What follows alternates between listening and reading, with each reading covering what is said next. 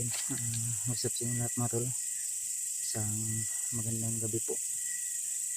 At dito kami ngayon ni John Ray mga tol. At ako dito ako matutulog ngayon. Ang duyan ng mga natin. Duyan. Ang gabi ko sa akin ng natin mga tol. Kaya muna kami ngayon ito yan mga tol. Pataya. Nakapagod po ang panglalakbay namin. Nakakita kami ng magandang gusto mga tol na pagtatalian ng duyan. Duyan na kami ngayon mga tol. Ini umukuan deh. Ang katul asin katul Brad. Brad. Ang katul bang akong gikuan. Hindi ano wala pa. Wala pa na. Hindi lang sa magtaka po kayo mga tol. Maririnig po kayong mga aso. Hindi talayuan dito mga tol ay May ano dyan, may tindahan sa unahan. tindahan po sa dito mga tol kung saan kami naroon ngayon. May tindahan na ano namin. Kaya dito kami nabutan ng gabi. Yung may-ari ng tindahan mga tol, tinuro niya po itong kuha na ito. Saba kayo, marunay saba ba? Puno na ito na pwede daw kami magduyan dito pero wag lang daw kami kumpiyansa na kami dumaan na mga kalaban. Bumili kami ng katul doon sa kubo tol. Nakilala namin si ito, Nanay Loren. Nanay Lorena. Ang Lorena. Si Nanay Lorena. At Nagtanong din kami kung may mga armado ba ditong lumadaan o bumibili siya. Sabi niya meron daw pero hindi masyado, nagsara dahil sa hindi kalayuan dito may maliit na tindahan. At nag-ano kami ng katul, nagbili kami ng katul. aming lamok dito mga tol pero ano nga itong habol ako. Napakaingay ng aso mga tol. May asuloy. May-ari kasi ng tindahan mga tol ay yung bahay niya mga tol nandun sa bandang unahan pero dito mayroon siyang mga hayop kasi dyan mga tol na mga manok mga tol ba na Bisaya. Kaya pinalian niya din ang Okay raman daw trip Brad. Kay dili mo daw ingon nga ko basta nga gabi wala naman daw mo kuan. Tingaga isa nabi niya mga kuanta armado ta nga kuan bandido. yung Dili mo. kinakabahan kasi sa mga tol kung may darating na mga bandido dito dahil Nagpakilala kami sa kanila tol na ano, yung mga manok niya daw mga tol ay humihingi daw ng mga manok at saka pagkain tapos kung hindi daw nila bigyan ay kukunin. pipilitin daw na kukunin talaga mga tol. Pasalamat din sila mga tol na nandito kami ngayon. Alam naman nila na mga hunter kami na pinapasa din namin yung mga kasama ng bandido mga tol ba. Okay ra Brad. Sa imong plaster Brad. Duyan nga akong gikuha dito sa kampo nila oh. Pais na kayo ni ba? No? Sa katunayan mga tol, kung duyan na ito mga tol ay binigay ko ng Nanay Lorena sa akin mga tol. Kanya sa kampo ni gikan tol nga duyan tol akong gikuha. Gikuha. Yung bansa man ay Pwede kong ano, magaan na. mayroon si Kuya Badyan duyan ng parang kuan mga tol ba yung pang outdoor pero ito lang yung kuan niya dahil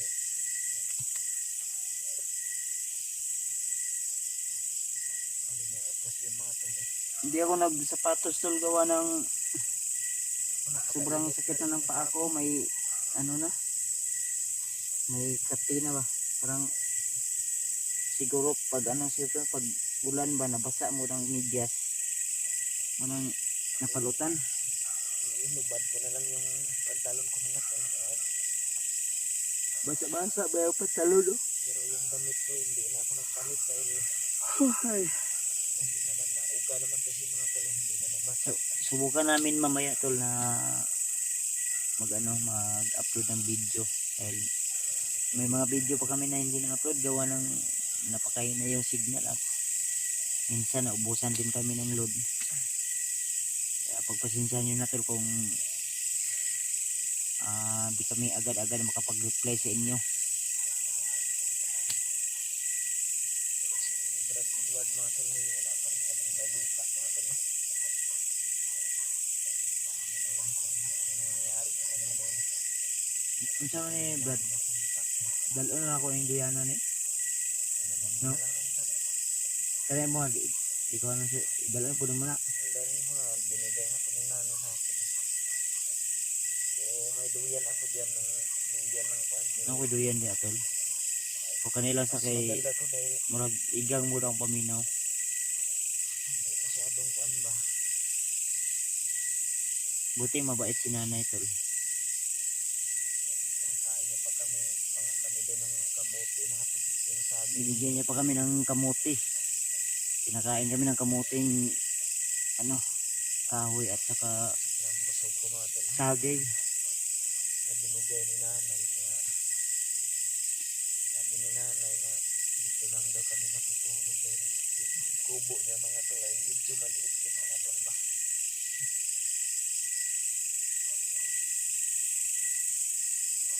At saka yung kanyang kuwan mga tol, yung kanyang asawa ni nanay, medyo matanda na rin mga tol na tapos May sakit pa. inatake na pala yun ng high blood, hindi na makatayo masyado mga tol ba. Natake na ng high blood yung ano. Yung parang yung kalahati ng katawan niya mga tol ay wala nang malay ba yun. Sabi ko nga, pwede pa yun magamot ba? Malayo kasi sa bayan. Problema lang tol, layo. Hilot ba ba? Yung paikot sa phone nito. Gani. Kahit yung si Commander Bank, marunong daw yung siya maghilot ng mga ganyan ba? Yung mga paralay. Ano na, maintain lang na.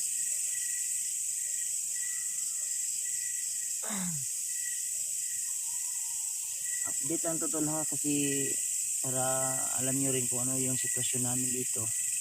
Ano yung kalagayan namin. Sa kalayuan dito, may maliit na tindahan na napagbilhan namin ng ano tol, ng Pagkain. pagkain at saka Importante din kasi yung katol talaga. katol. Katol at Tuwing saka gabi yung at tubig mga tol ba? tubig. Hindi na talaga may Kaya ka rin si nanay na hindi na kailangan pa na ano tol. napaka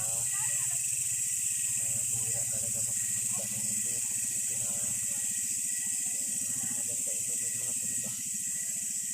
Pero sila nanay dito yung iniinom nila ay yung galing talaga sa bundok mga tol, yung nature spring talaga yung galing sa balon. Kalsada na sa atbang bro no. Ang daanan na dyan sa atin ni nanay na Isang ano lang no, tao katunayan. ay makaagi motor o kuan tao pero mao na ginagihan daw mga may mga ilalabas na galing sa bundok na mga produkto mga tol ba. Kagaya ng raha, Raha at saka kuan yung mga kamuting kahoy, binababa nila ng bayan mga tol ba pang bili nila ng bigas, ulam, ano, at saka saging. minsan na may mga dumadaan na bandido kinukuha yung paninda ni nanay saka yung manukan niya. Kawawa si ano no, si nanay no. Kanyang baan na mga tol, yung kanyang asawa. Tanda na rin yung ano ni nanay kasi yung kalahating katawan ay medyo ano pa, matay na yung ano, paralyzed na. Okay ka ba? Ay kira. Ang katulad to niya. Basa yung mga pantalon? Ano basta ko yun, hindi kuhan kay halay-halay. Ha? Hindi ano. Dito sa nan. Baba na yung kuhan. Uba na yung kapitbahay nila nanay. Mga lagi na itong nagkuhan ba? Yung may-ari nung kuhan ba nung mayroong kalugian doon sa nanay yung mga nyug. Sa ingon nanay mo, baka piyon na tanya niya. Mamaya ang kuan. Madaling araw, pwede na tayo dun. Yung kuan dahil Ang sabi, sinabihan namin si nanay na, nay, baka pwede ka makuha sa camera. So, nagtanggi si nanay tol. Ayaw daw niya munang, hindi daw siya makilala daw siya. Pero salamat pa rin kami tol dahil binigyan kami ni nanay ng magandang asal at diyan na rin tayo ng kuan kahit binigyan kami ng payo. At, yun, salamat tayo. So sana try natin mamaya Brad kung signal ta. Tanaw na itong mga videos itong mga kauban. Ako na to especially si Edward no. May reply ko pila na kadlaw.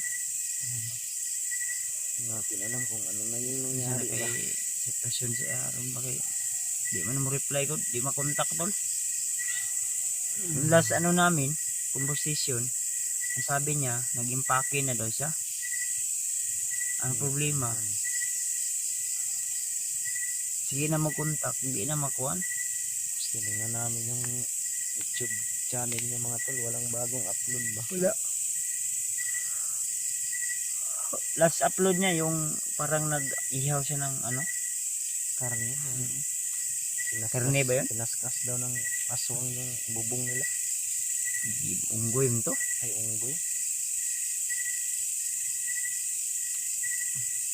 Hanggang ngayon wala tayong kontak kay Edward mga tol. Tapos kinakabahan namin ni Kuya Buds May narinig kami na narinig kami sa mga bandido mga tol ba na may bago daw silang bihag na dati daw commander.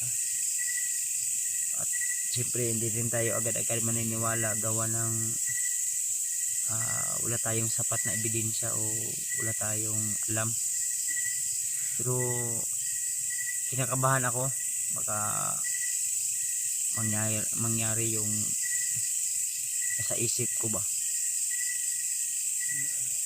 Yun yung pinakatakutan natin na sana hindi nangyari. Delikado yung asawa at anak ko kung mangyayari yan.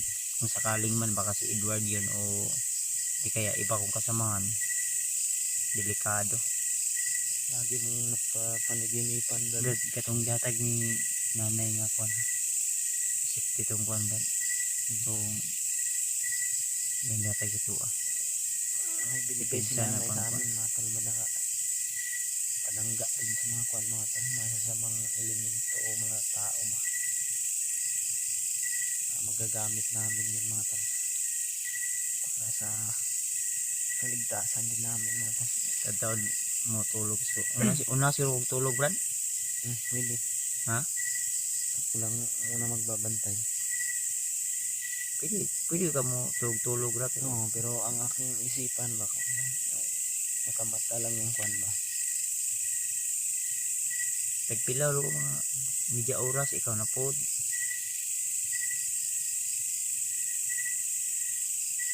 Ang tag kwan ba? Makakuan ta, kontak na ta sa atong kauban. Kapatid mo Brad, kumusta na kaya sila no? Wala ko i-update lagi, maglisip man tayo signal.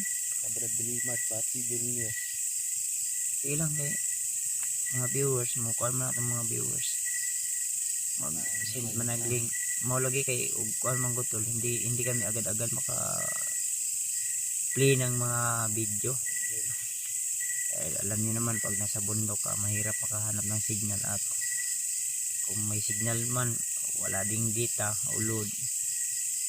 Yan, napaka-importante talaga yung load na malakas yung data. Matagal pa ma-upload Pero ni yan. ingon ba si nanay do nga kuan di lang ta pa hayag gid diri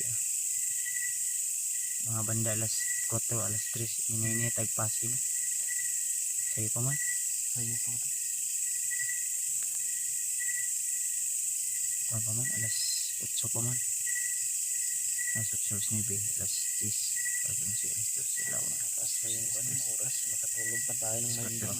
matanda sa 4 di dapat ay upat-upat ka oras balag mo balhin lang ta manangid lang ta kananay no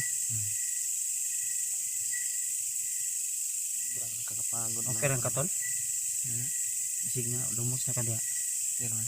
unsa ni nga katol ang gatay sa tuwa baw ma kuan Leon Tiger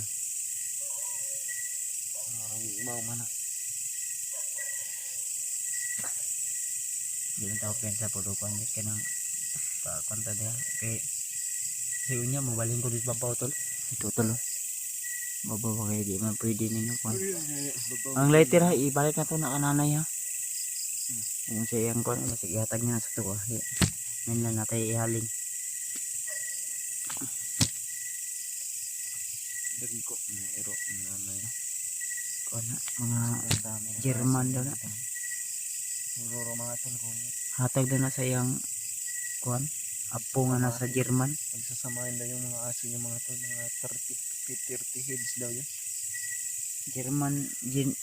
German kasi yung aso niya Pinapakain yung mga tol, yung pagkain nila nanay dito mga tol, yung mais mga tol, yung bigas na mais. kung sabihin magkuan ko Masarap pa rin mga tol basta may